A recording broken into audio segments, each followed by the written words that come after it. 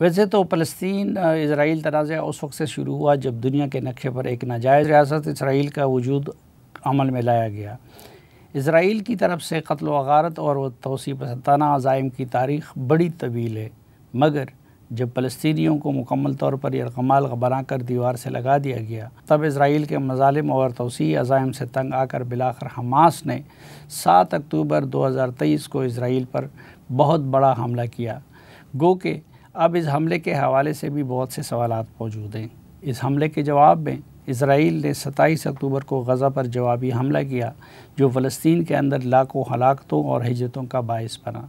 7 اکتوبر کے بعد سے اسرائیل نے حماس کے فوجی اور سیاسی رہنماؤں کو ایک ایک کر کے قتل کرنا شروع کر دیا۔ حماس کے سیاسی رہنما اسماعیل ہانیہ کو 31 جولائی 2024 کو تہران میں شہید کیا گیا اور ان کی جانشین یحییٰ سنوار کو 16 اکتوبر 2024 کو غزہ میں نشانہ بنایا گیا۔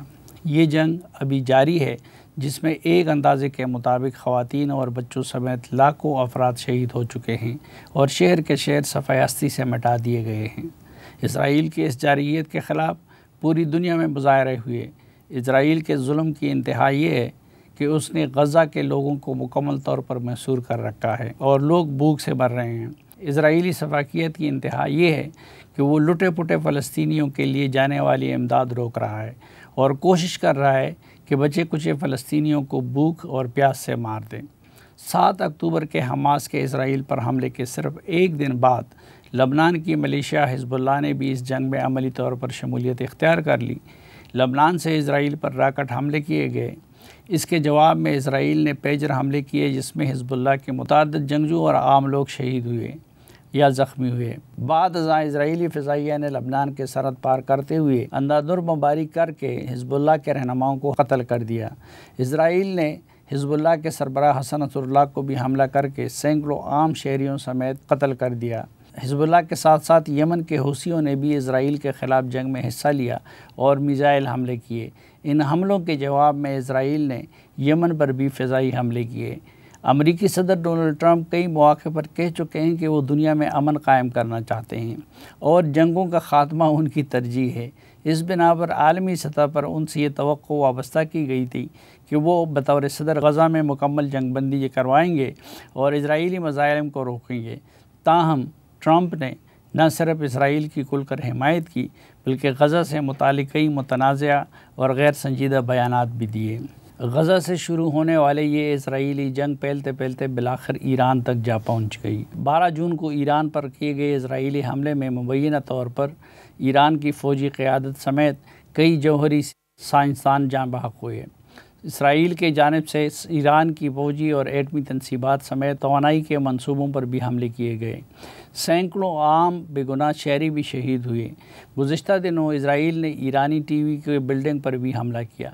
ایٹمی تنصیبات اور ٹی وی چینل پر یہ حملے تمام بین الاقوامی قوانین کی روح سے جنگی جرائم میں شمار ہوتے ہیں۔ ایران نے اسرائیلی حملوں کے جواب میں مختلف اسرائیلی جنگی ٹھکانوں پر میزائل حملے شروع کر دیے، جس میں اسرائیل کے حساس مقامات بشمول ایک آئل ریفائنری، فوج کے ہیڈ کوارٹر، موساد کے ہیڈ کوارٹر اور سائنٹیفک ریسرچ سینٹر کو ٹارگٹ کیا گیا۔ ایران اسرائیل جنگ میں جہاں ڈونلڈ ٹرمپ کو ایک تعمیری اور امن پسندانہ کردار ادا کرنا چاہیے تھا، اس کے برعکس ٹرمپ غیر ذمہ دارانہ بیانات اور ایران کو دھمکیاں دے رہے تھے اور اسرائیل کی بے جا مسلسل حمایت کر رہے تھے۔ اس جنگ میں مغرب خصوصاً یورپ کے انسانی حقوق کی دعووں کی منافقت بھی بے نقاب ہو گئی۔ ایک طرف وہ غزہ میں اسرائیلی بربریت پر محض رسمی اور علامتی سطح پر مذمت کرتے ہیں، تو دوسری طرف کھلے عام اسرائیل کے ایران پر حملوں کی حمایت بھی کر رہے ہیں۔ یہ دورہ معیار عالمی سیاست میں انصاف، غیر جانبداری اور انسانی حقوق کے اصولوں پر سنگین سوالات اٹھاتا ہے۔ اسرائیلی مظالم کے خلاف اسلامی ممالک کی طرف سے کوئی مؤثر اور عملی اقدام ابھی تک سامنے نہیں آیا، جو امت مسلمہ کے اجتماعی کمزوری اور سیاسی بے حسی کو ظاہر کرتا ہے۔ یہ جنگ زوروں سے جاری ہے، جس میں کئی لوگ مارے جا چکے ہیں۔ ایک اندازے کے مطابق اب تک اس جنگ میں تقریباً 639 ایرانی جاں بحق ہو چکے ہیں، جبکہ 1320 سے زائد زخمی ہیں۔ دوسری طرف اس جنگ میں تقریباً 24 اسرائیلی بھی ہلاک ہو چکے ہیں۔ امریکی صدر ڈونلڈ ٹرمپ، جو کہ کچھ دن پہلے تک ایران کے ساتھ ڈیل کی بات کرتے آ رہے تھے، دنیا میں تنازعات کے خاتمے کے علمبردار ٹرمپ جو کہ خود کو نوبل پرائز کا حقدار بھی گردانتے تھے، تمام تر دعووں کے برعکس آج اس نے ایران پر باقاعدہ حملہ کر کے خود کو اس جنگ میں فریق بنا لیا اور مستقبل میں مزید سنگین سانحات کی دھمکی بھی دے دی۔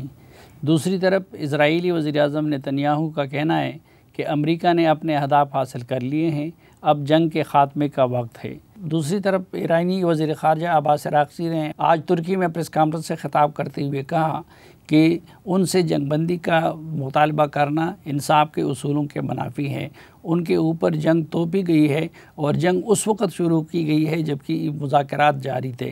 دیکھنا یہ ہے کہ ایران کا معاملہ آخر میں کیا شکل اختیار کر سکتا ہے۔ کیا یہ پورے خطے اور دنیا کو بھی اپنے لپیٹ میں لے سکتا ہے یا کہ پھر یہ کسی سٹیج پر تنازع ختم ہو جائے گا۔